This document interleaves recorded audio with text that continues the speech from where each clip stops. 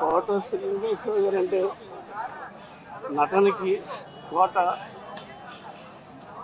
ఆయన చేయని క్యారెక్టర్ అంటూ లేదు. ప్రతి క్యారెక్టర్లోనూ ఆయన సొరకాయ ప్రవేశం చేసి ఎంతో ఇదేవాడు. ఆయన నేను తొలిముద్దు అనే సినిమా నుంచి మా ప్రయాణం, నేను ఒక నటుడిగా కాకుండా వాళ్ళ ఇంట్లో ఫ్యామిలీ మెంబర్గా, నన్ను తమ్ముడిగా చూసేవాడు.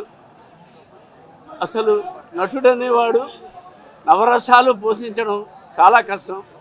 కానీ ఈయన నవరసాలు పోషించి మెప్పు పొంది పద్మశ్రీ బిరుదు తీసుకుని, ఆయన ప్రతి నటుడికి బాధ ఉంటుంది కానీ ఓ తండ్రిగా ఎదిగిన కొడుకు పోయిన బాధని గుండెల్లో పెట్టుకుని ఆయన పాత్రలు న్యాయం చేకూర్చి కుటుంబం కోసం చాలా కష్టపడ్డాడు. అయితే ఈరోజు ఆయన ప్రతి వారానికి ఒకసారైనా నాకు ఫోన్ చేసి రే రాజు రా అంటే వెళ్ళి మాట్లాడేవాడిని.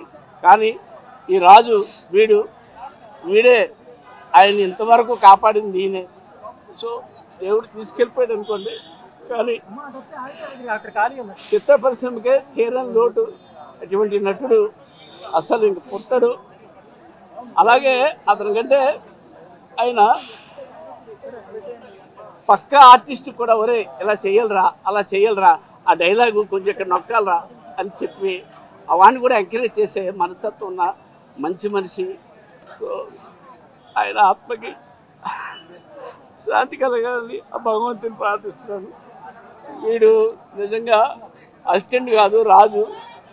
ఎవరో అంత ఇదిగా చూడరు, అంత ఇదిగా వీడు ఇంతవరకు ఆయన బతికాడంటే ఈ వాళ్ళండి.